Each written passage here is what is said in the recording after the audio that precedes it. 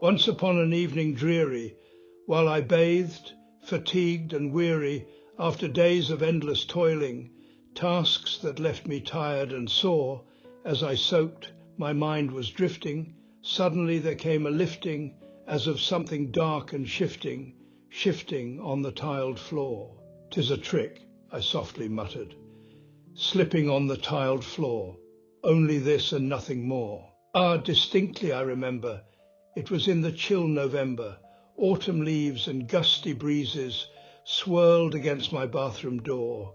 Eagerly I sought for leisure, respite from my life's displeasure, till my thoughts began to measure shadows cast upon the floor. Shadows shaped like tiny figures danced across the marble floor, nameless here forevermore. And the gentle, subtle squeaking of the sound upon me creeping thrilled me, filled me with fantastic terrors never felt before. So that now, to still the beating of my heart, I stood repeating, "'Tis some toy I left behind me making noise upon the floor, some lost plaything I forgot about that's rolling on the floor. This it is and nothing more." Open then I pulled the curtain, when with movement swift and certain in there floated a black duckling as I'd owned in days of yore. Not a minute stopped or stayed he, not a nod or bow made he, but with mien of lord or lady perched above the bathtub's shore, perched upon the chrome faucet just above the bathtub's shore, perched and sat and nothing more.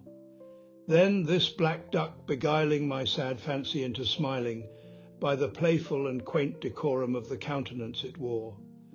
"Though thy feathers sleek and shadowed," I remarked, "yet it's fantastic, ghastly, grim, and ancient duckling wandering from the toy store.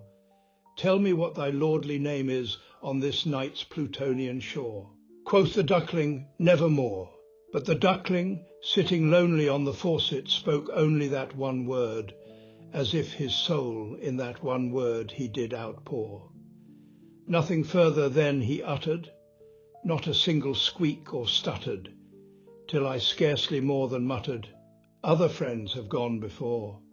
On the morrow he will leave me, as my hopes have flown before." Then the duck said, "Nevermore," startled at the stillness broken by reply so aptly spoken. "Doubtless," said I, "what it utters is its only stock and store, caught from some unhappy owner whom unmerciful disaster followed fast and followed faster, till his songs one burden bore, till the dirges of his hope that melancholy burden bore of never, nevermore." Then methought the air grew denser, perfumed from an unseen censer, swung by seraphim whose footfalls tinkled on the tiled floor. "Wretch," I cried, "thy God hath lent thee, by these angels he hath sent thee, respite, respite and nepenthe from lost memories of yore. Quaff, oh quaff this kind nepenthe, and forget this lost Lenore." Quoth the duckling, "Nevermore." "Be that word our sign of parting, duck or fiend," I shrieked, upstarting. "Get thee back into the tempest and the night's Plutonian shore. Leave no squeak as a token of that lie thy soul hath spoken. Leave my loneliness unbroken. Quit the faucet above my floor. Take thy form from off my sight, and take thy beak from out my door." Quoth the duckling, "Nevermore." And the duckling, never flitting, still is sitting, on the shining chrome faucet just above the bathtub's shore. And his eyes have all the seeming of a demon's that is dreaming, and the lamplight o'er him streaming throws his shadow on the floor. And my soul from out that shadow that lies floating on the floor shall be lifted nevermore.